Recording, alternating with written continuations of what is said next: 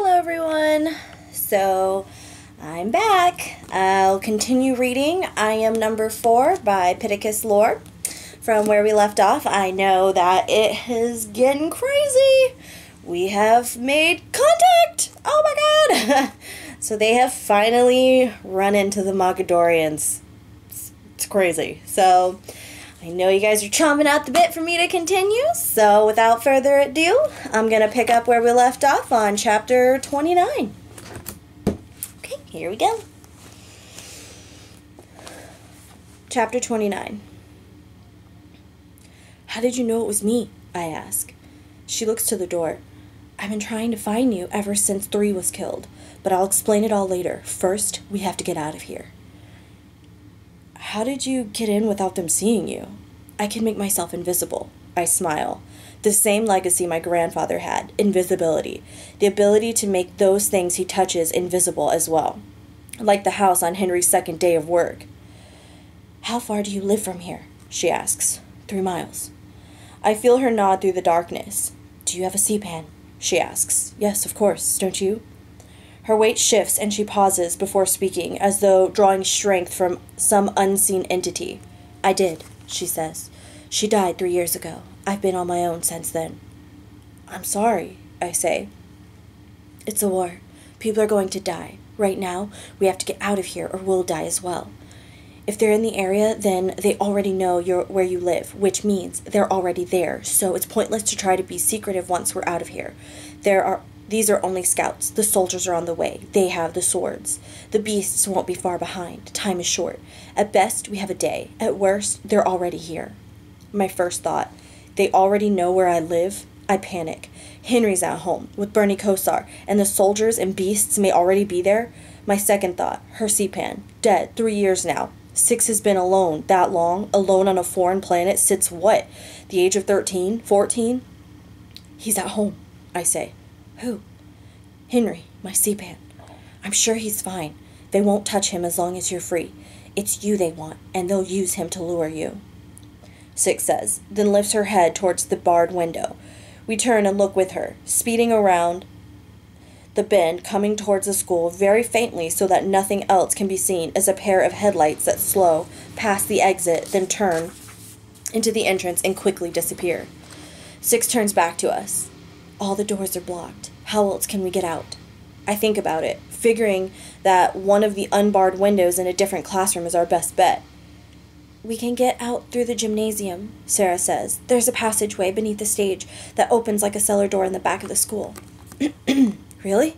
I ask. She nods, and I feel a sense of pride. Each of you, take a hand, 6 says. I took her right, Sarah her left. Be as quiet as possible. As long as you hold my hands, you'll both be invisible. They won't be able to see us, but they'll hear us. Once we're outside, we'll run like hell. We'll never be able to escape them, not since they found us. The only way to escape is to kill them, every last one of them, before the others arrive. Okay, I say. Do you know what that means? 6 says. I shake my head. I'm not sure what she's asking me. There's no escaping them now, she says. It means you're going to have to fight. I mean to respond, but the shuffling I had heard earlier stops outside the door. Silence. Then the doorknob is jiggled. Number 6 takes a deep breath and lets go of my hand. Never mind sneaking out, she says. The war starts now.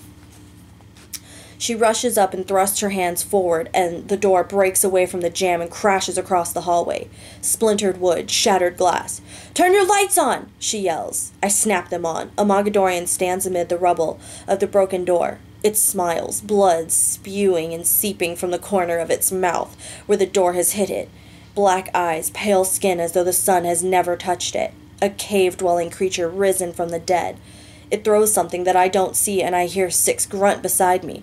I look into its eyes, and a pain tears through me so that I'm stuck where I am, unable to move. Darkness falls. Sadness. My body stiffens.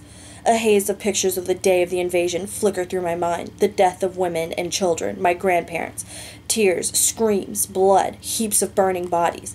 6 breaks the spell by lifting the Mogadorian in the air and hurling it against the wall. It tries standing, and 6 lifts it again, this time throwing it as hard as she can against one wall and then the other. The scout falls to the ground twisted and broken, its chest rising once and then becoming still. 1 or 2 seconds pass. Its entire body collapses into a pile of ash, accompanied by a sound similar to a bag of sand being dropped to the ground. "What the hell?" I ask, wondering how it's possible for the body to completely disintegrate like it just did. "Don't look into their eyes," she yells, ignoring my confusion. I think of the writer of They Walk Among Us. I now understand what he went through when looking into their eyes. I wonder if he welcomed death when the time finally came, welcomed it just to be rid of the images that perpetually played in his mind. I can only imagine how intense they would have become, had Six not broken the spell. 2 other scouts sweep towards us from the end of the hall. A shroud of darkness surrounds them, as though they consume everything around them and turn it into black. Six stands tall in front of me, firm, chin held high.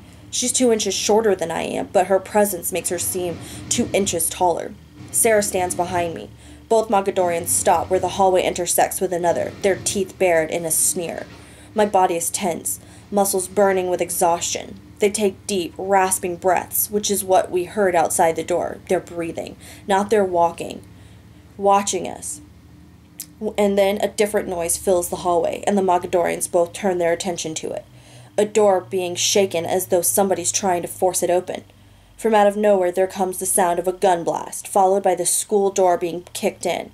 They both look surprised, and as they turn to flee, 2 more blasts boom through the hallway, and both scouts are blown backwards. We hear the approaching sound of 2 sets of shoes and the click of a dog's toenails. Six tenses beside me, ready for whatever's coming our way. Henry. It was his truck's lights we saw enter the school grounds. He has a double-barreled shotgun I've never seen before. Bernie Kosar is at his side, and he comes sprinting towards me. I crouch down and lift him off the floor. He looks wildly at my face, and I'm so excited to see him that I almost forget to tell Six who the man is with the shotgun. "It's Henry," I say, my C-pan. Henry comes walking down, vigilant, looking at the classroom doors as he passes them, and behind him, carrying the Lord chest in his arms, is Mark. I have no idea why Henry has brought him along. There is a crazed look in Henry's eyes, one of exhaustion, full of fear and worry. I expect the worst after the way I left the house, some sort of scolding, perhaps a slap across the face. But he instead switches the shotgun to his left hand and hugs me as tightly as he can. I hug him back. "I'm sorry, Henry. I didn't know this would happen." "I know you didn't. I'm just happy you're okay," he says. "Come on. We have to get out of here. The whole damn school is surrounded." Sarah leads us to the safest room she can think of, which is the home economics kitchen down the hall. We lock the door behind us. Six moves 3 refrigerators in front of it to keep anything from entering, while Henry rushes to the windows and pulls the blinds down. Sarah walks straight into the kitchen we normally use, opens the drawer, and removes the biggest butcher's knife she can find. Mark watches her, and when he sees what she has done, he drops the chest to the floor and grabs the knife of his own. He rifles through other drawers and removes a meat tenderizer, hammer, and tucks it into the waistband of his pants. "You guys okay?" Henry asks. "Yes," I say. "Aside from the dagger in my arm, yes, I'm fine," Six says. I turn my lights on dimly and look at her arm. She wasn't kidding. Where the biceps meets the shoulder, a small dagger sticking out. That was why I heard her gasp before she killed the scout. It had thrown a knife at her. Henry reaches up and pulls it free. She grunts. "Thankfully, it's just a dagger," she says, looking at me. "The soldiers will have swords that glow with different sorts of powers." I mean to ask what kinds of powers, but Henry interrupts. "Take this," he says, and holds the shotgun out for Mark to take. He accepts it in his free hand without protest, staring in awe at everything he's witnessing around him. I wonder how much Henry has told him. I wonder why Henry brought him along in the first place. I look back at Six. Henry presses a rag to her arm, and she holds it in place. He steps over and lifts a chest and sets it on the nearest table. "Here, John," he says. Without explanation, I help him unlock it. He throws the top open, reaches in, and removes a flat rock every bit as dark as the aura surrounding the Mogadorians. Six seems to know what the rock is for. She takes her shirt off. Beneath it, she's wearing a black and gray rubber suit very similar to the silver and blue suit I saw my father wear in my flashbacks. She takes a deep breath, offers Henry her arm. Henry thrusts the rock against the gash, and Six, with her teeth clenched tightly, grunts and writhes in pain. Sweat beads across her forehead, her face bright red under the strain, tendons standing out on her neck. Henry holds it there for nearly a full minute. He pulls the stone away, and Six bends over at the waist, taking deep breaths to compose herself. I look at her arm. Aside from a bit of blood still glistening, the cut is completely healed. No scars. Nothing aside from the small tear in the suit. What is that? I ask, nodding to the rock. It's a healing stone, says Henry. Stuff like that really exists? On Lorien, it does, but the pain of healing is double that of the original pain caused by whatever has happened, and the stone only works when the injury was done with the intent to harm or kill, and the healing stone has to be used right away. Intent? I ask. So the stone wouldn't work if I tripped and cut my head by accident? No, Henry says. That's the whole point of legacies, defense, and purity. Would it work on Mark or Sarah? I have no idea, Henry says, and I hope we don't have to find out. Six catches her breath. She stands straight, feeling her arm. The red in her face begins to fade.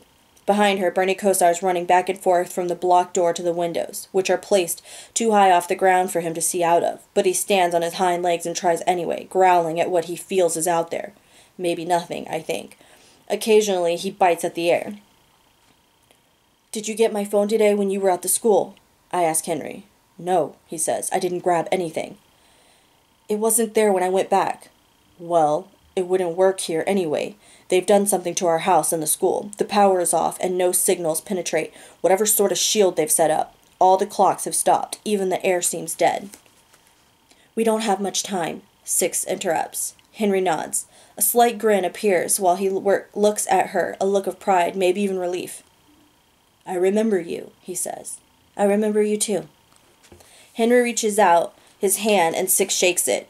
It's shit good to see you again. Damn good, I correct him, but he ignores me.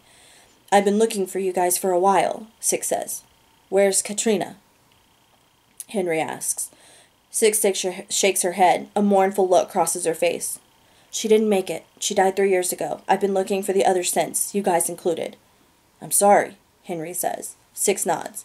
She looks across the room at Bernie Kosar, who has just begun to growl ferociously. He seems to have grown tall enough so that his head is able to peek out the bottom of the window. Henry picks the shotgun up off the floor and walks to within 5 feet of the window. John, turn your lights off, he says. I comply. Now, on my word, pull the blinds. I walk to the side of the window and wrap the cord twice around my hand. I nod to Henry, and over his shoulder I see that Sarah has placed her palms against her ears in anticipation of the blast. He cocks the shotgun and aims it. It's payback time, he says. Then, now! I pull the cord and the blinds fly up. Henry fires the shotgun. The sound is deafening, echoing in my ears for seconds after. He cocks the gun again, keeps it aimed. I twist my body to look out. 2 fallen scouts are lying in the grass unmoving. One of them is reduced to ash with the same hollow thud as the one in the hallway. Henry shoots this other a second time and it does the same. Shadows seem to swarm around them. Six, bring a fridge over, Henry says to her. Mark and Sarah watch with amazement as the fridge floats in the air towards us and is positioned in front of the window to block the Mogadorians from entering or seeing into the room. Better than nothing, Henry says. He turns to Six. How much time do we have? Time is short, she says. They have an outpost 3 hours from here, in a hollowed-out mountain in West Virginia. Henry snaps the gun open, slides in 2 new cartridges, snaps it shut. How many bullets does that hold, I ask. 10, he says. Sarah and Mark whisper to each other. I walk over to them. You guys okay? I ask. Sarah nods. Mark shrugs, neither really knowing quite what to say in the terror of the situation. I kiss Sarah on the cheek and take hold of her hand. Don't worry, I say. We'll get out of this. I turn to Six and Henry. Why are they just out there waiting, I ask. Why don't they break a window and rush in? They know they have us outnumbered. They only want to keep us inside here, Six says. They have us exactly where they want us, all together, confined to one place. Now they're waiting for the others to arrive, the soldiers with the weapons, the ones who are skilled at killing. They're desperate now because they know we're developing our legacies. They can't allow or afford to screw it up and risk us getting stronger. They know that some of us can now fight back. We have to get out of here then, Sarah pleads, her voice soft and shaky. Six nods reassuringly to her, and then I remember something I had forgotten in all the excitement. Wait. You're being here, us being together. That breaks the charm. All the others are fair game now, I say. They can kill us at will. I can see by the look of horror on Henry's face that it had slipped his mind as well. Six nods. I had to risk it, she says. We can't keep running, and I'm sick of waiting. We're all developing. All of us are ready to hit back. Let's not forget what they did to us that day, and I'm not going to forget what they did to Katerina. Everybody we know is dead, our families, our friends. I think they're planning to do the same thing to Earth as they did to Lorien, and they are almost ready. To sit back and do nothing is to allow that same destruction, that same death and annihilation. Why stand back and let it happen? If this planet dies, we die with it. Bernie Kosar is still barking at the window. I almost want to let him outside, see what he can do. His mouth is frothing, with his teeth bared, hair standing tall down the center of his back. The dog is ready, I think. The question is, are the rest of us? Well, you're here now, Henry says. Let's hope the others are safe. Let's hope they can fend for themselves. Both of you will know immediately if they can't. As for us, war has come to our doorstep. We didn't ask for it, but now that it's here, we have no choice but to meet it. Head on, with full force, he says. He lifts his head and looks at us, the whites of his eyes glistening through the dark of the room. I agree with you, Six, he says. The time has come. Okay, that's the end of chapter 29. We're at 16 minutes. I think we'll fit chapter 30 in. Chapter 30. Wind from the open window rushes into the home economics room, the refrigerator in front of it doing little to prevent the cold air. The school is already chilly from the electricity being off. Six is now wearing only the rubber suit, which is entirely black aside from a gray band slicing diagonally down the front of it.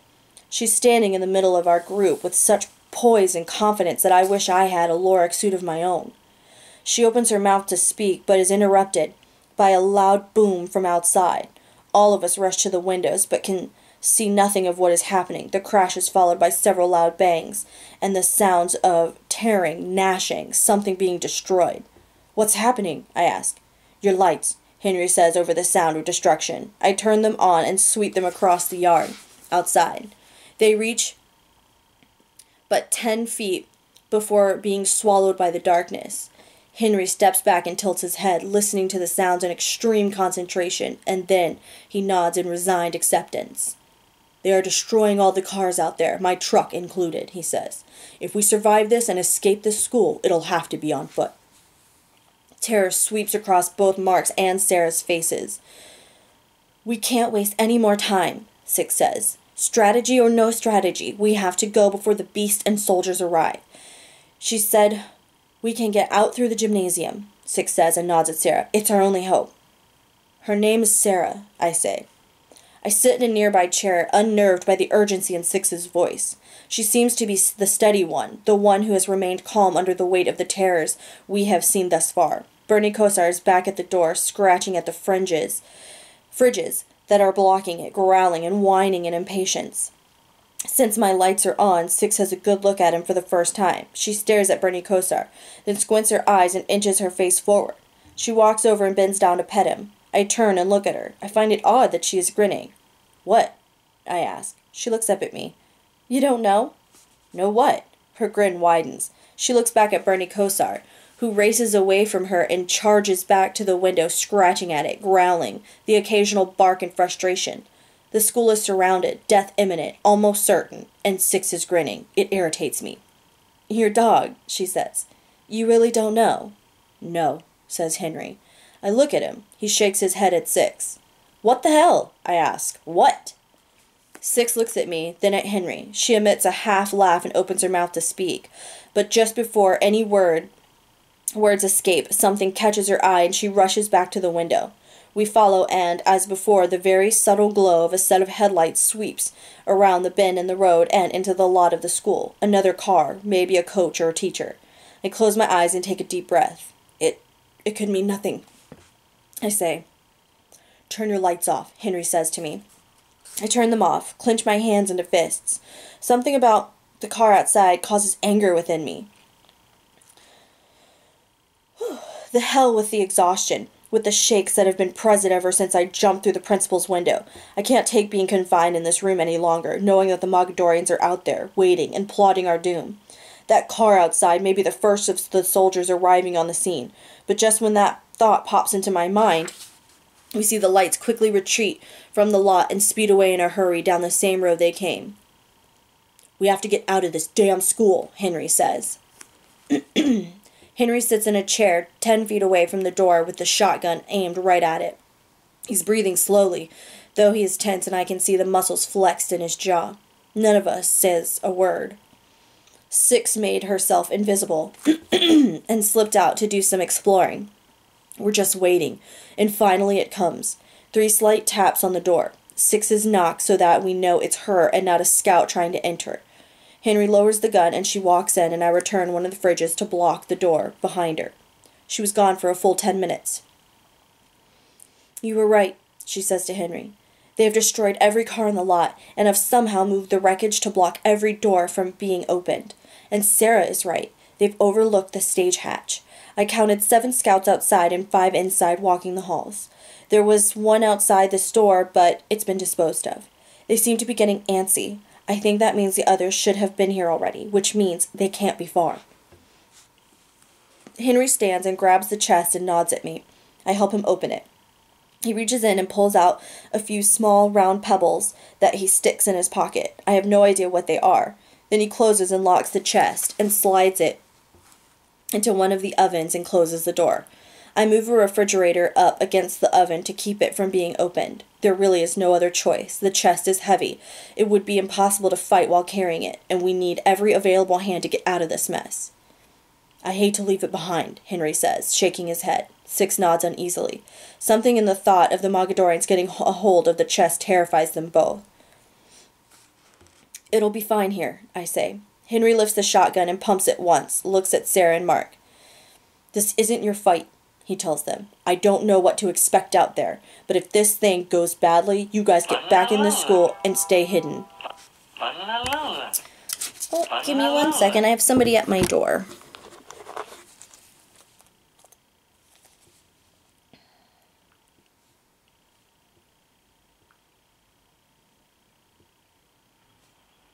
Hey, Mike.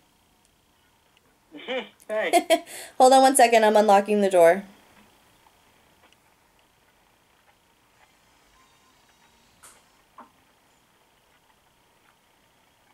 Okay, come on in.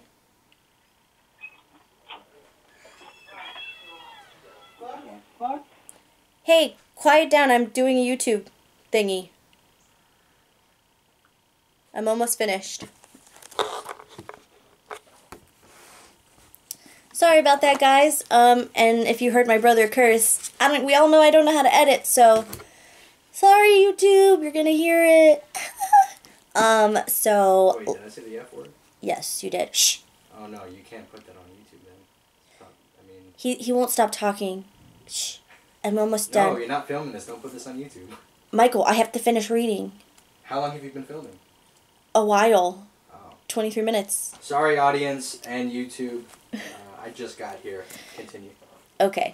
So, sorry about that delay. I didn't realize that would happen. And YouTube, I apologize if you hear the F word.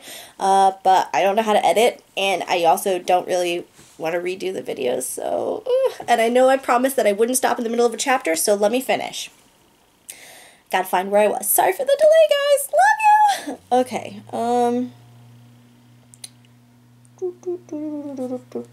Okay.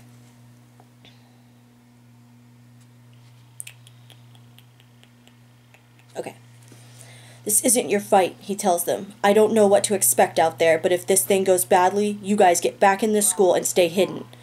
They aren't after you, and I don't think they'll care to come looking if they already have us. Sarah and Mark both look stricken with fear, both holding their respective knives with white-knuckled grips in their right hands. Mark has lined his belt with everything from the kitchen drawers that might be of use. More knives, the meat tenderizer, cheese grater, a pair of scissors. We go left out of this room, and when we reach the end of the hall, the gymnasium is past double doors 20 or so feet to the right, I say to Henry. The hatch is in the very middle of the stage, Six says. It's covered with a blue mat. There were no scouts in the gym, but that doesn't mean they won't be there this time around. So we're just going to go outside and try to outrun them? Sarah asks. Her voice is full of panic. She's breathing heavily. It's our only choice, says Henry. I grab her hand. She's shaking badly. It'll be okay, I say. How do you know that? She says in a more demanding tone than a questioning one. I don't, I say. Six moves the fridge from the door. Bernie Kosar immediately starts scratching at the door, trying to get out, growling. I can't make you all invisible, Six says. If I disappear, I'll still be nearby. Six grabs hold of the doorknob and Sarah takes a deep, shaky breath beside me, squeezing my hand as tightly as she can. I can see the knife quivering in her right hand. Stay close to me, I say. I'm not leaving your side. The door swings open and Six jumps out into the hall, Henry close behind. I follow and Bernie Kosar races ahead of us all, a ball of fury speeding away. Henry points the shotgun one way, then the other. The hallway is empty. Bernie Kosar's already reached the intersection. He disappears. Six follows suit and makes herself invisible, and the rest of us run towards the gym. Henry in the lead. I make Mark and Sarah go ahead of me. None of us can really see a thing, can only hear each other's footsteps. I turn my lights on to help guide the way, and that's the first mistake I make. A classroom door to my right swings open. Everything happens in a split second, and before I have a chance to react, I'm hit in the shoulder with something heavy. My lights shut off. I crash straight through a glass display window. I'm cut on the top of my head and blood runs down the side of my face almost immediately. Sarah screams. Whatever it was that hit me clubs me again, a hollow thud in my ribs that knocks the wind from me. Turn your lights on, Henry yells. I do. A scout stands over me, holding a 6-foot-long piece of wood that it must have found in the industrial arts classroom. It raises it in the air to hit me again, but Henry, standing 20 feet away, fires the shotgun first. The scout's head disappears, blown to pieces. The rest of its body turns to ash before it even hits the floor. Henry lowers the gun. Shit, he says, catching sight of the blood. He takes a step forward towards me, and then, from the corner of my eye, I see another scout, in the same doorway, a sledgehammer raised over its head. It comes charging forward, and, with telekinesis, I throw the nearest thing to me, without even knowing what the thing is, a golden glinting object that speeds through the air with violence. It hits the scout so hard that its skull cracks on impact, and then it falls to the ground and lies motionless. Henry, Mark, and Sarah rush over. The scout is still alive, and Henry takes Sarah's knife and thrusts it through its chest, reducing it to a pile of ash. He hands Sarah back her knife. She holds it out in front of her, between thumb and forefinger, as though she's just been handed a pair of someone's dirty underwear. Mark bends down and lifts the object I had thrown, now in 3 separate pieces. It's my all-conference trophy, he says, and then can't help but chuckle to himself. It was given to me last month. I stand. It was the trophy case that I had crashed through. You okay? Henry asks, looking at the cut. Yeah, I'm fine. Let's keep going. We rush down the hall and into the gymnasium. Sprint across the floor, jump up onto the stage. I flip my lights on to see the blue mat being moved away as though of its own volition. Then the hatch is thrown open. Only then does Six make herself visible again. What happened back there? She asks. Ran into a little bit of trouble, Henry says, climbing down the ladder first to make sure the coast is clear. Then Sarah and Mark go. Where's the dog? I ask. Six shakes her head. Go on, I say. She goes down first, leaving only me on the stage. I whistle as loudly as I can, knowing full well that I'm giving away my position by doing so. I wait.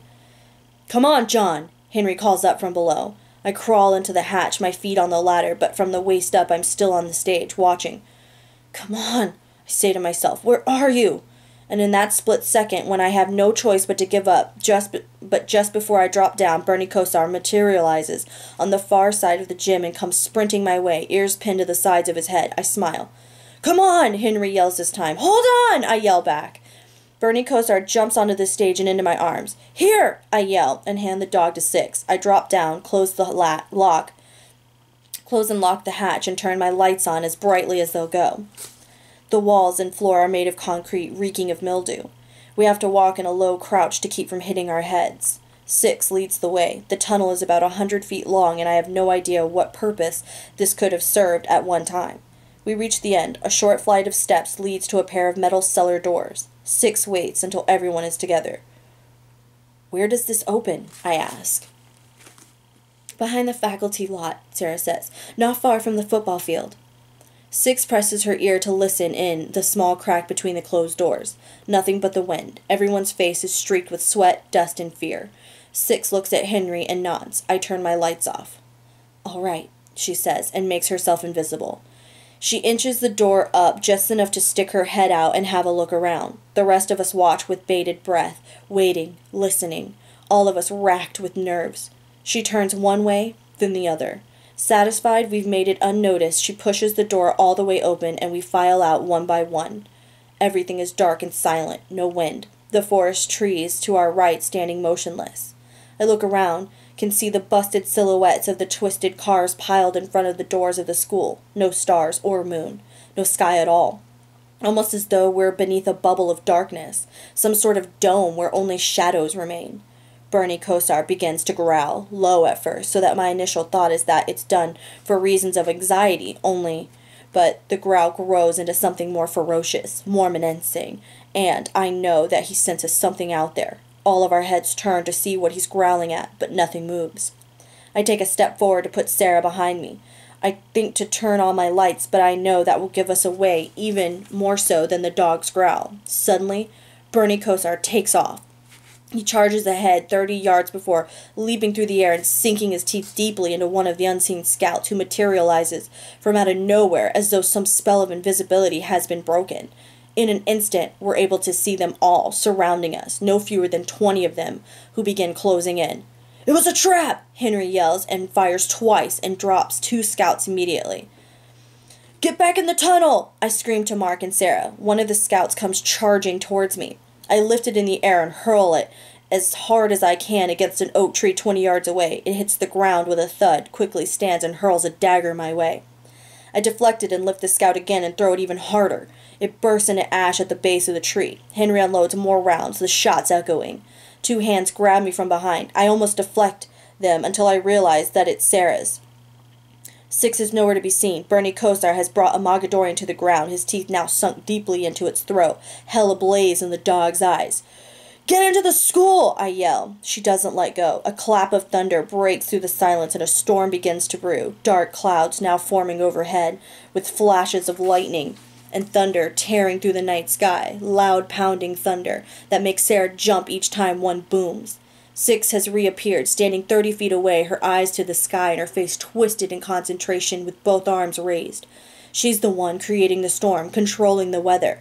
Bolts of lightning begin raining down, striking the scouts dead where they stand, creating small explosions that form clouds of ash that drift listlessly across the yard. Henry stands off to the side, loading more shells into the shotgun. The scout that Bernie Kosar's choking finally succumbs to death and bursts into a heap of ash covering the dog's face. He sneezes once, shakes the ash from his coat, and then rushes off and chases the closest scout until they both disappear into the dense woods 50 yards away. I have this unbearable fear that I've seen him for the very last time. "You have to go into the school," I say to Sarah. "You have to go now, and you have to hide. Mark!" I yell. I look up and don't see him. I snap around. I catch sight of him sprinting towards Henry, who is still loading his gun. At first I don't understand why, and then I see what is happening. A Mogadorian scout has snuck up on Henry without his knowing it. "Henry!" I scream to get his attention. I lift my hand to stop the scout with its knife raised high in the air, but Mark tackles the thing first. A wrestling match ensues. Henry snaps the shotgun closed and Mark kicks the scout's knife away. Henry fires and the scout explodes. Henry says something to Mark. I yell for Mark again and he sprints over, breathing heavily. "You have to take Sarah into the school." "I can help here," he says. "It's not your fight. You have to hide. Get in the school and hide with Sarah." "Okay," he says. "You have to stay hidden no matter what," I yell over the storm. "They won't come for you. It's me they want. Promise me, Mark. Promise me you'll stay hidden with Sarah." Mark nods rapidly. "I promise." Sarah's crying and there's no time to comfort her. Another clap of thunder, another shotgun blast. She kisses me one time on the lips, her hands holding tightly to my face, and I know she would stay like this forever. Mark pulls her off, begins leading her away. "I love you," she says, and in her eyes she is staring at me in the same way that I had stared at her earlier, before I left home ec, as though she may be seeing me for the final time, wanting to remember it so that this last image might last a lifetime. "I love you too," I mouth back just as the two of them reach the steps of the tunnel, and as soon as the words leave my lips, Henry cries out in pain. I turn. One of the scouts has thrust a knife into his gut. Terror sweeps through me. The scout pulls the knife from Henry's side, the blade glistening with his blood. It thrusts down to stab Henry a second time. My hand reaches out for it, and I rip the knife away at the last second, so that it is only a fist that hits Henry. He grunts, gathers himself, and presses the barrel of the shotgun to the chin of the scout and fires. The scout drops, headless. The rain starts, a cold, heavy rain. In no time at all, I'm soaked to the bone. Blood leaks from Henry's gut. He's aiming the shotgun into the darkness, but all of the scouts have moved into the shadows, away from us, so that Henry can't get a good enough aim. They're no longer interested in attacking, knowing that 2 of us have retreated and a 3rd has been wounded. 6 is still reaching for the sky. The storm has grown. The wind is beginning to howl. She seems to be having trouble controlling it. A winter storm, thunder in January. As quickly as everything started, it all seems to stop. The thunder, the lightning, the rain. The wind dies away and a low groan begins to grow from off in the distance. 6 lowers her arms, all of us straining to listen. Even the Mogadorians turn. The groan grows, unmistakably coming our way, some sort of deep mechanical groan. The scouts step from the shadows and begin to laugh. Despite our killing at least 10 of them, there are many more than before.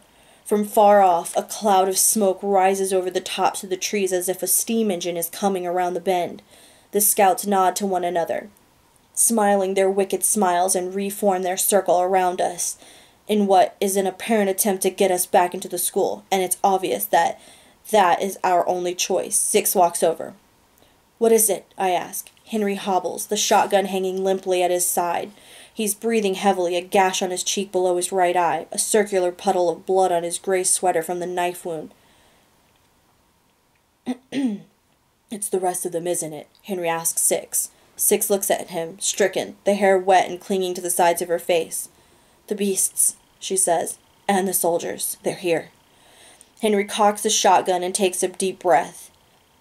"And so the real war begins," he says. "I don't know about you 2, but if this is it, then this is it. I, for one," he says, and trails off. "Well, I'll be damned if I'll go down without a fight." 6 nods. "Our people fought back till the end, and so shall I," she says. A mile off, the smoke still rises. Live cargo, I think. That is how they transport them, by oversized semi-trucks. 6 and I follow Henry back down the steps. I yell for Bernie Kosar, but he's nowhere to be seen. "We can't wait for him again," Henry says. "There isn't time." I look around one final time and slam the cellar doors shut. We rush back through the tunnel, up onto the stage, across the gymnasium. We don't see a single scout, nor do we see Mark and Sarah, and I'm relieved by that. I hope they are well hidden, and I hope Mark keeps his promise and that they stay that way. When we make it back to the home ec room, I slide the fridge out of the way and grab the chest. Henry and I open it. 6 takes the healing stone out and thrusts it against Henry's gut. He is silent, his eyes closed, holding his breath. His face is red under the strain, but not a single sound escapes. A minute of this, and 6 pulls the stone away. The cut has healed. Henry exhales, his forehead covered in sweat. Then it's my turn. She presses it to the gash on my head, and a pain far greater than anything I've ever felt before rips through me. I grunt and groan, every muscle in my body flexing. I can't breathe until it's over, and when it finally is, I bend over and catch my breath for a full minute. Outside, the mechanical groan has stopped. The semi is hidden from view. While Henry closes up the chest and places it back in the same oven as before, I look out the window hoping to catch sight of Bernie Kosar. I don't see him. Another set of headlights passes by the school. As before, I can't tell if it's a car or truck, and it slows as it drives by the entrance, then quickly speeds away without turning in. Henry pushes his shirt down, picks up the shotgun. As we move towards the door, a sound stops the 3 of us dead in our tracks. A roar comes from outside, loud, animal-like, a sinister roar unlike anything I have ever heard before, followed by the sound of the metallic clicks of a gate being unlocked, lowered, and opened. A loud bang snaps us all back to attention. I take another deep breath. Henry shakes his head and sighs in what's an almost hopeless gesture, a gesture made when the fight is lost. "There's always hope, Henry," I say. He turns and looks at me. "New developments have yet to present themselves. Not all the information is in. Don't give up hope just yet." He nods, and the tiniest trace of a smile forms. He looks at 6. A new development that I don't think either of us could have imagined. Who's to say that there aren't more waiting? And then he picks up where I left off, quoting the exact words he spoke to me when I was the one who was discouraged, the day I asked how we could possibly expect to win this fight, alone and outnumbered, far from home, against the Mogadorians, who seem to take great joy in war and death. "It's the last thing to go," Henry says. "When you have lost hope, you've lost everything. And when you think all is lost, when all is dire and bleak, there's always hope." "Exactly," I say.